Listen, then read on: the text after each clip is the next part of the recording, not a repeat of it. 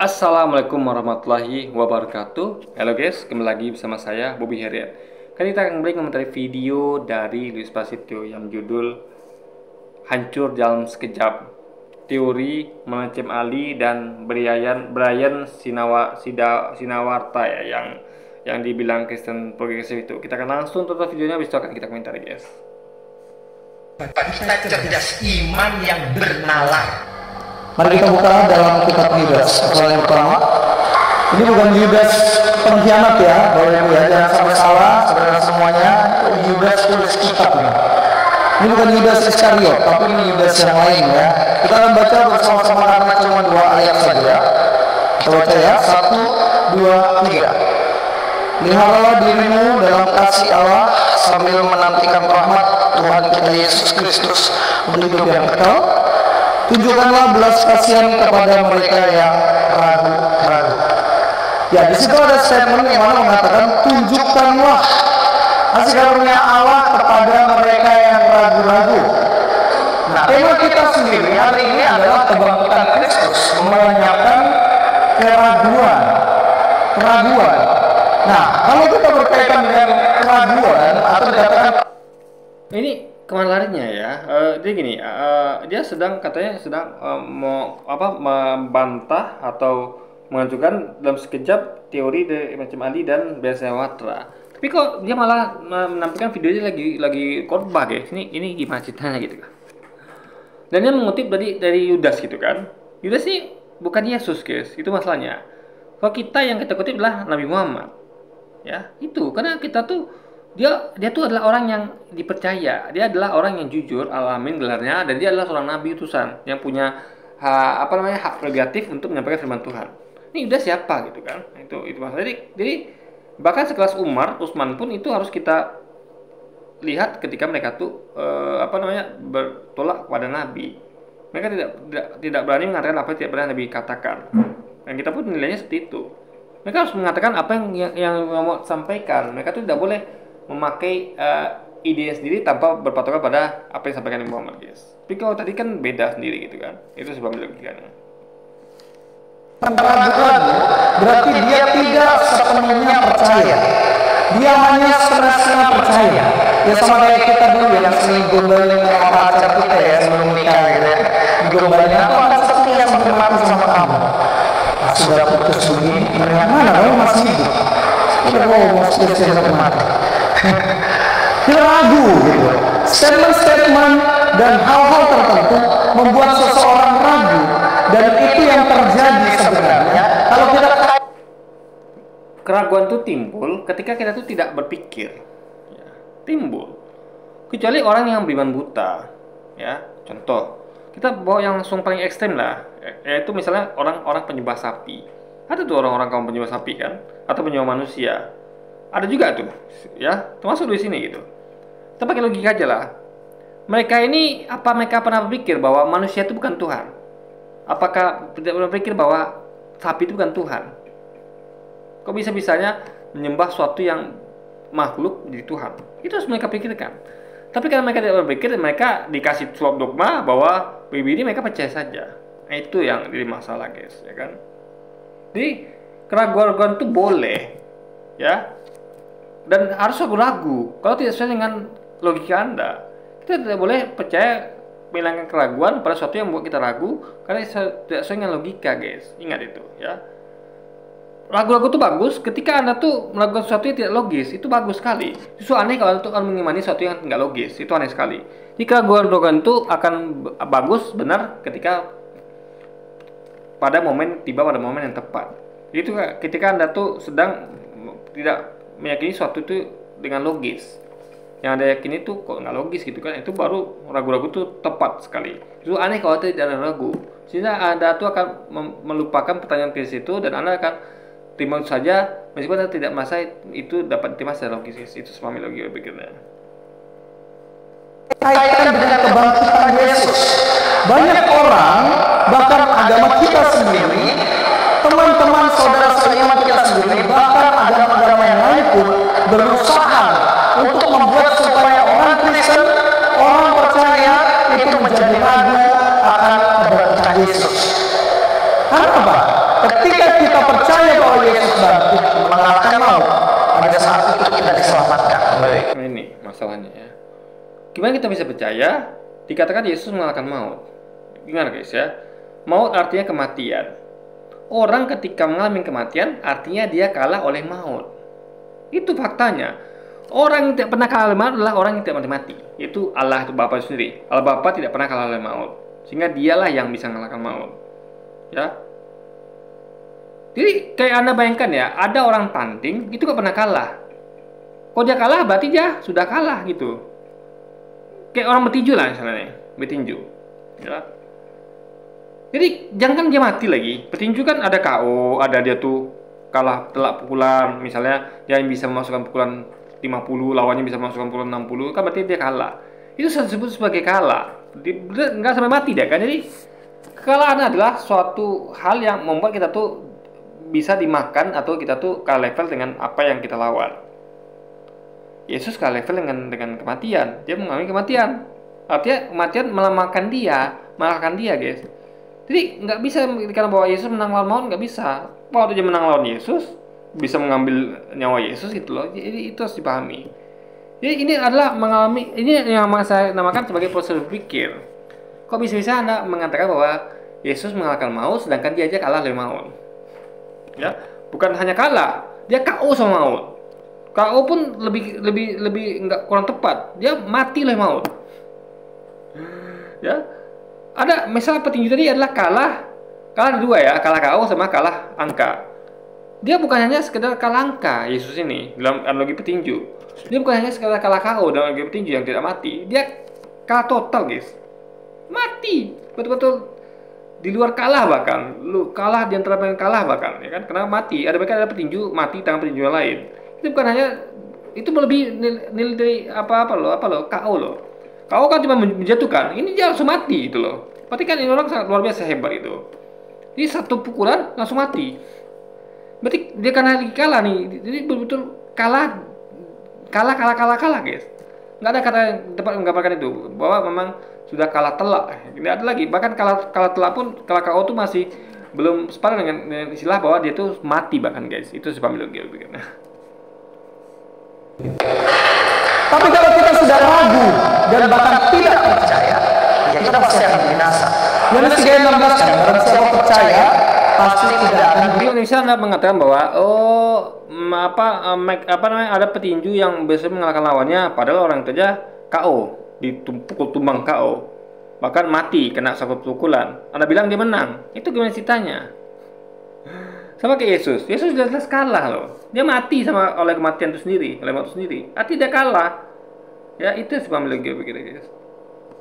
Binasa, melainkan boleh hidup kekal. Bagi mereka yang tidak percaya, ragu akan Kristus, ya pasti binasa.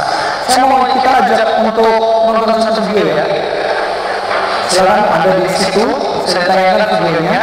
Bapak Ibu simak baik-baik, kita semua simak baik-baik. Nah, apakah betul keyakinan mereka tentang kita itu ada? Ini agak aneh, makanya saya bawakan dokumen.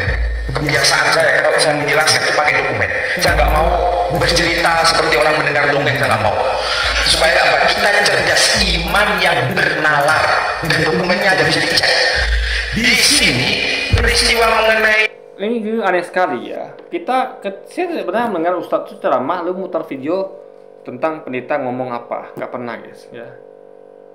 Ini yang mengutip kata-katanya, misal gini, kayak contoh kayak yang lu nih, yang ceramah, dia hanya mengutip bahwa ada pendeta ngomong begini, dia bahkan nggak sebut namanya, gitu kan? Nah, ini bahkan bukan hanya sebut nama ya, ini melebihi itu kita tahu siapa orangnya. Jadi ini guys ya, ini tidak pernah kejadian gitu loh. Dan kita nggak tahu, mungkin di tempat Louis sering dia begini, dia melakukan ini aneh sekali. Jadi ini kita kurang etis gitu, guys. Ya, kurang etis. Dalam artian gini loh, Anda sedang khotbah di depan jemaat Anda. Kalau saya masuk akal, karena segmen saya bukan hanya orang Islam, saya global gitu. Kalau kan tidak, dia sedang ngomong di internal gitu loh. Intinya adalah, tapi itu harusnya suatu hal yang kalau mau dibuat pun harusnya ya jangan apalah. Karena gimana ya, ini kan bukan sesi mengomentari orang, tapi sesi khotbah. sesi khotbah itu beda loh dengan komentar orang gitu kan. Jadi apa istilah tuh ada tuh ya, kalau khotbah itu fokus saja ke apa ajaran Anda. Kalau Anda mau mengutarakan dengan orang lain itu ya etis sedikit. Jadi Anda sedang mengomentari atau sedang khotbah sekarang. Itu sepahami logikanya guys, ya kan? Kebangkitan itu sebetulnya tidak valid, tidak betul-betul terjadi, tidak betul-betul terjadi. Kenapa? Karena mengenai kebangkitan itu sebetulnya seharusnya tercatat dalam semua Injil, tapi ternyata hanya tercantum dalam Injil Matius saja. Ya, sampai di situ saja Bapak Ibu. Kalau mau nonton silakan nonton langsung di channel saya, YouTube saya. Bahkan dalam segmen Yesus sendiri, Yesus mengatakan bahwa angkatan jahat ini minta suatu tanda dariku, tapi aku tidak akan memberikan tanda kepada mereka selain tanda Yunus. Seperti Yunus atau Jonah tinggal 3 malam dalam perut ikan, begitu juga manusia akan tinggal 3 malam dalam perut bumi. Artinya Yesus hidup. Dia tidak pernah bangkit sama sekali. Karena Yunus juga tidak pernah bangkit dalam perut ikan. Ya, dia tidak pernah mati. Jadi kalau Yesus bilang sama, kenapa kalian bilang beda? Yesus bilang sama dengan Yunus atau Jonah. Ya, Yunus dimakan ikan, dilempar ke laut, dia tidak mati. Yesus juga begitu. Kalau ada tuduh yang berbeda bahwa Yesus mati, artinya Anda telah bertentangan dengan segmen Yesus sendiri, bahwa dia tuh sama tandanya itu dengan Jonah atau Yunus, ya. Jonah itu di dalam perut ikan 3 malam itu tidak mati. Yesus juga begitu, dalam perut bumi dia tidak mati, guys. Itu sepaham logikanya. Saya sudah bahas lama sekali. Cek aja di situ. Nah, kalau dikatakan di sini bahwa katanya kebangkitan Kristus itu nggak valid. Bahkan dia katakan saya bawa dokumen. Nah, kalau ketemu sama tanya dokumen apa itu yang dia bawa? Ya pasti dokumen palsu yang dia bawa. Dan kalau dia mengatakan bahwa kebangkitan Yesus hanya ada di kitab Matius, harusnya kan ada Matius, Markus, Lukas, dan Yohanes, tapi cuma ada di Matius. Bahwa itu percaya nggak?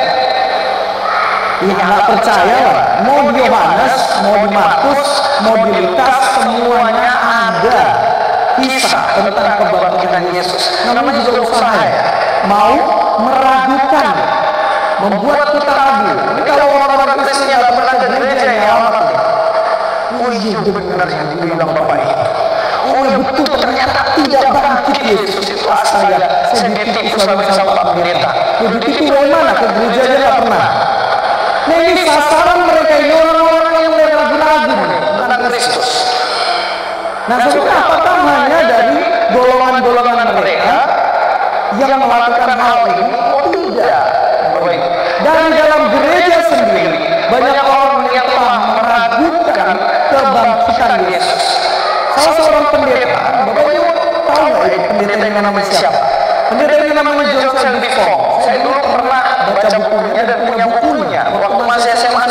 Dia ngomong bahwa ada di kitab lain, di Injil lain, bukannya di Matius. Nah dia sampaikan ayatnya tidak. Intinya guys gini loh, untuk membantah suatu, dia apalagi dia ini kan seorang pendeta, ya tinggal dia buktikan bahwa ada gitu loh. Kalau saya memang tidak pernah meneliti tentang hal itu. Kalau saya tidak mainnya ke situ, ya yang saya mainkan adalah yang kata-kata Yesus, apa yang pernah diucapkan beliau, itu menjadi tanda bagi kita untuk mengetahui dia tuh sebenarnya bangkit apa tidak. Jadi informasi itu dari Yesus lah yang kita gunakan, valid itu dari Yesus gitu, ya. Karena kesalahan manusia tuh bisa salah guys. Tapi masih dari Yesus nggak mungkin salah, karena dia adalah nabi, ya. Jadi dia bilang bahwa aku akan tinggal 3 malam di bumi, ya dia akan tinggal dalam bumi 3 malam, bukan mati guys. Gitu loh. Sama seperti tinggalnya Yunus dalam perut ikan, nggak mati. Ya sekarang tinggal Anda percaya pada Yesus atau Anda percaya pada orang-orang yang menyaksikan ini. Ya. Selagi ya mata bisa menipu. Jadi Anda bayangkan ya, mata mereka melihat Yesus itu di kayu salib, padahal informasi dari Tuhan adalah bahwa itu diserupakan. Yesus dari mana? Sesuai kata-katanya dia ada dalam bumi. Ingat, dia ngomong itu tepat sebelum kejadian penyaliban. Artinya penyaliban kan kurang lebih 3 malam, nggak sampai. Mungkin hanya 3 hari 2 hari 2 malam mungkin kan, atau yang penting nggak sampai 3 malam. Nah, Yesus berkata bahwa dia ada di dalam bumi 3 malam. Artinya selama proses penyaliban itu kan berarti terjadinya. Karena itu adalah hal yang masuk akal. Jadi alih-alih orang itu menyangka bahwa dia di kayu salib karena mereka berkata begitu, padahal itu serupakan, sebenarnya dia adalah dalam bumi, guys. Makanya kita terus mengkonekkan antara pernyataan Yesus dengan yang di lapangan gitu loh. Sama kayak misalnya ada orang gini ya, sebelum kejadian misalnya ada kejadian penangkapan seseorang, ya misalnya gini, ada kejadian penangkapan terhadap Pangeran Diponegoro. Tapi sebelumnya Pangeran Diponegoro ngomong bilang bahwa aku akan tinggal di Jawa Timur misalnya, ya selama 3 hari 3 malam. Lalu terjadilah kejadian itu yang viral itu, ya. Ada adegan Pangeran Diponegoro ditangkap lalu dihukum mati, ya, selama 2 hari 2 malam gitu. Nah, tapi sebenarnya itu kan Pangeran Diponegoro, tapi orang yang diserupakan gitu. Tapi bagaimana caranya kan? Kalau ini kan Yesus kan diserupakan itu kan dengan tangan Tuhan. Ini kita nggak tahu bagaimana caranya, tapi yang penting diserupakannya ada suatu poinnya bahwa esensinya adalah diserupakan. Jadi Anda lebih percaya statement Pangeran Diponegoro bahwa dia tuh ada di Jawa Timur nanti, atau Anda percaya dengan kesaksian orang-orang yang melihat bahwa yang di hukum mati itu adalah Pangeran Diponegoro? Ya, karena mata bisa menipu. Ya, kalau diserupakan ya Anda siapapun orang akan terkecoh, guys. Ya, namanya diserupakan gitu kan. Jadi kayak Anda sering lihat lah kayak film-film di Mission Impossible misalnya atau di apa, itu mereka terkecoh. Mereka percaya pada apa yang mereka lihat, padahal nggak semua itu ya seperti kita lihat. Ya. Ya, ini kalau manusia saja bisa membuat teknologi seperti itu, ya, membuat topeng yang bisa membuat kita mirip dengan orang lain, ya, itu biasanya pekerjaan intelijen, ya, apalagi Tuhan, itu lebih canggih lagi alatnya gitu kan, itu sebab begini guys. Teologi. Nah sekarang waktu saya cek ini, ternyata Pak John Sevistrong ini, dia memang pendeta, dia Kristen, dia penulis buku. Dia dari sebuah gereja yang namanya Anglikan. Nah, John Sevistrong ini, atau Strong ini, pendeta Strong ini, dia sebenarnya mengusulkan interpretasi Alkitab atau penafsiran Alkitab, teks-teksnya agama Kristen yang pandangan-pandangan yang udah lama, yang udah kuno itu, kemudian diinterpretasi lagi, tafsirkan lagi, sesuaikan dengan pandangan modern dan ilmiah. Pandangan modern dan ilmiah. Nah, ini juga mengajukan bahwa kebangkitan itu dimaknai bukan secara literal dia benar-benar disalib. Jadi Yesus itu tidak benar-benar disalib, tetapi Yesus hanya sebagai metafora atau dikatakan hanya sebagai ilustrasi saja bahwa sebenarnya Yesus tidak disalib. Tetapi itu hanya kiasan saja Yesus disalib. Nah, pandangan inilah merupakan pandangan liberal dan pandangan progresif.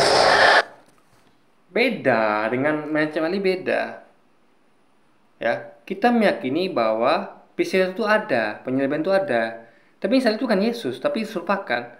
Kalau yang tadi itu beda, guys. Jadi itu hanya kiasan. Beda. Jadi di sini sebab menyamakan sesuatu yang beda, itu masalah di situ letak pembahasannya ya. Menyamakan sesuatu yang jelas berbeda. Kalau kita dan macam Ali menganggap itu adalah suatu kejadian real, cuman disalib bukan Yesus, tapi orang serupakan. Kalau yang tadi pendeta menganggap itu hanya kiasan, guys. Itu sebab perbedaannya. Itu adalah suatu hal yang berbeda yang coba disamakan gitu kan. Jadi kalau dibilang Brian itu dia pencetus aliran Kristen progresif di Indonesia itu ngomong kosong. Itu Brian itu anak kemarin sore baru masuk di dunia teologi gitu. Karena apa? Tokoh-tokoh besar sebelumnya itu ada. Salah satunya ini adalah John Strong ini. Dia adalah tokoh liberal. Jadi mereka sendiri berbeda pendapat, dan itu menurut saya itu sah-sah saja ya. Karena Islam itu berbeda pendapat. Yang penting adalah pendapatnya itu sama-sama benar apa tidak. Itu harus kita kaji. Jadi jangan lihat dari perbedaan pendapatnya ya. Perbedaan pendapat itu sah saja. Memang kita kaji apakah kedudukannya masuk akal apa tidak. Itu harus dipahami oleh kita, guys.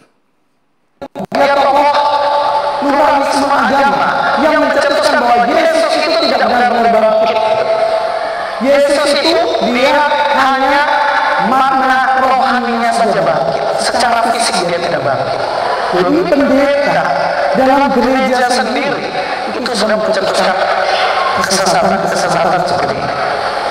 Jadi kalau dibilang banyak sekali usaha orang-orang yang kemudian meragukan tentang kebangkitan Yesus.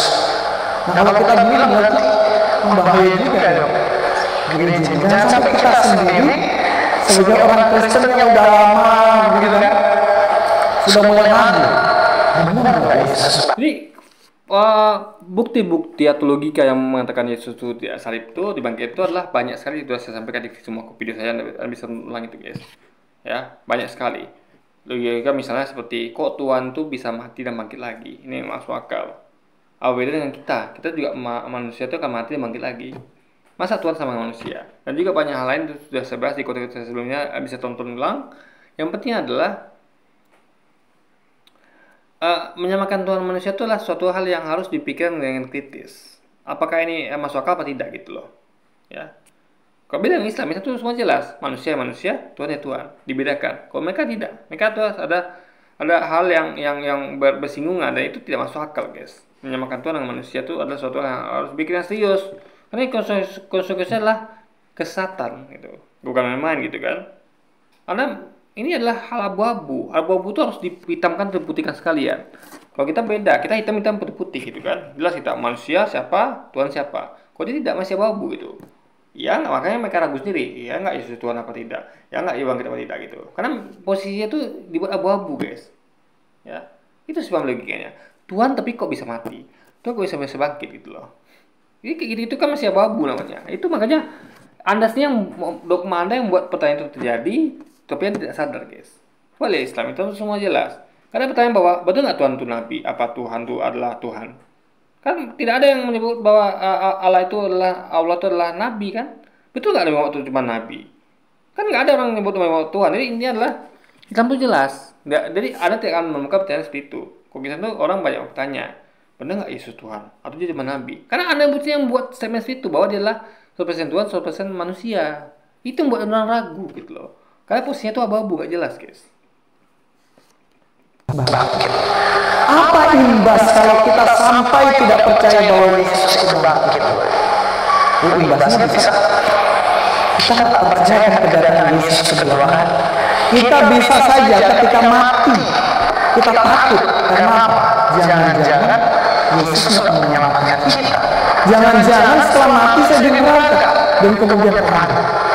Nah ini bahaya nih. Ini sangat berbahaya.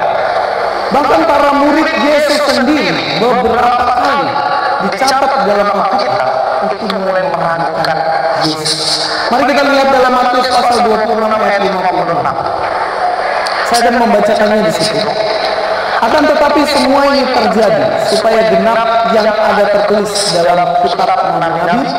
Lalu semua murid. Kenapa dia ngutip Matius? Ya? Dia bilang ada di kitab lain. Kenapa kok dia ambil Matius juga gitu? Makanya kita menjadi yakin bahwa Matius benar. Bahwa kisah itu hanya di Matius gitu. Buktinya apa? Sejauh ini, Luis hanya menyampaikan Matius. Nggak tahu kalau dia menyampaikan dari yang lain gitu kan. Tapi ini adalah, pertanyaannya adalah kenapa kok dia ngutip Matius?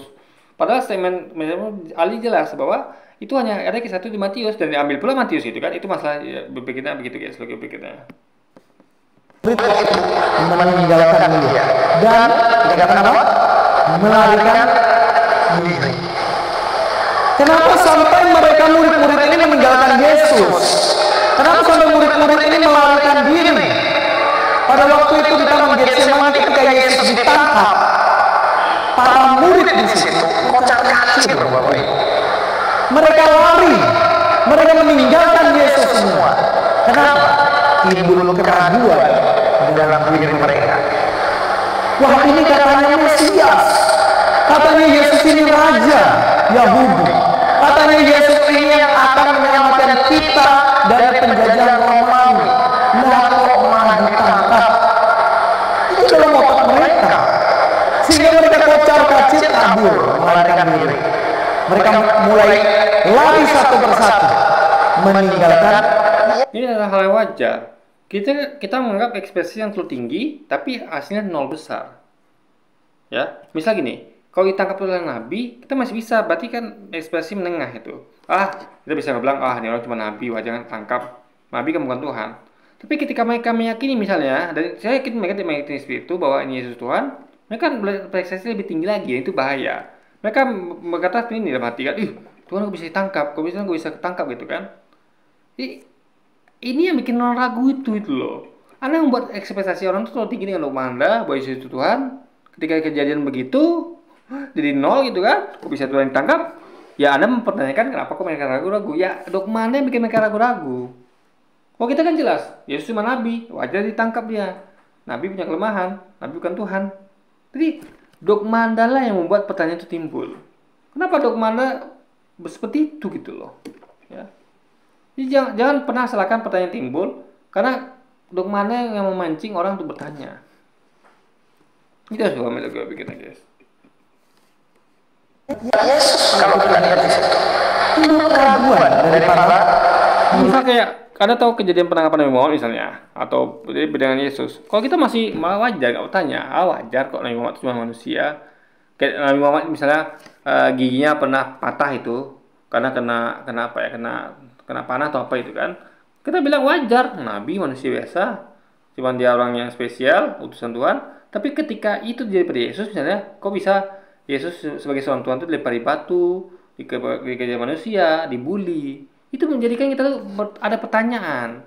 Karena nggak seharusnya begitu, Tuhan bisa melakukan seperti itu. Kok Nabi wajar bukan seperti itu? Jadi Anda sendiri yang membuat itu terjadi. Dogma Anda yang membuat pertanyaan itu timbul. Dan itu adalah tanda orang itu berpikir kritis. Kalau aneh, akan sangat aneh kalau orang itu tidak bertanya. Berarti dia tidak berpikir kritis, guys.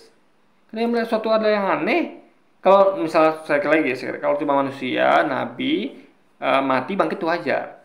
Manusia bukan Tuhan, dipukul, dibully itu wajar. Ini pengen Tuhan guys. Kok bisa dibully, lempari batu, terluka, apakah mati? Ini yang buat orang tuh akan timbul pertanyaan. Kecuali bagi orang-orang nggak mau berpikir kritis. Orang-orang yang berpikir kritis pasti akan bertanya ini karena tidak sesuai dengan logika mereka guys.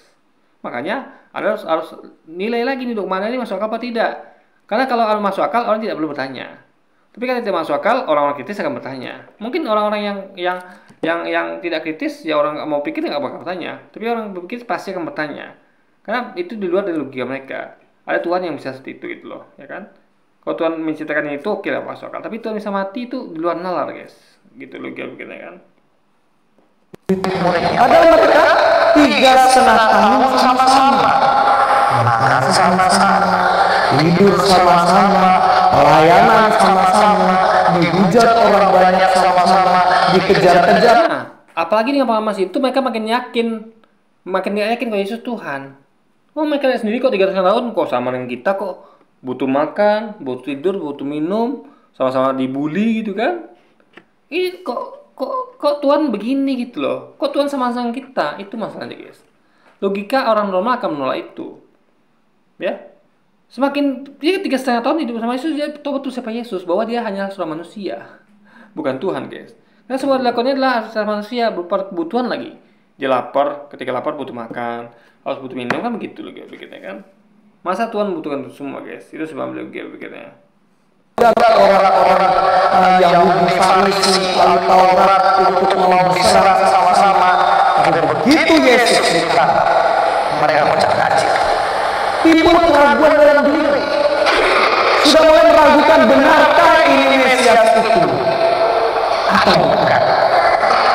Ini persoalan Yohanes Pembaptis juga, saudara semua. Yohanes Pembaptis pada waktu itu mengutus para muridnya, tolong pergi ke Yesus, tanyakan apakah dia yang benar-benar Mesias atau harus saya tunggu yang lain. Yohanes Pembaptis dikatakan oleh Yesus, kamu yang paling utama, tetapi kamu yang akan menjadi paling akhir. Karena dia meragukan kemesiasan Yesus.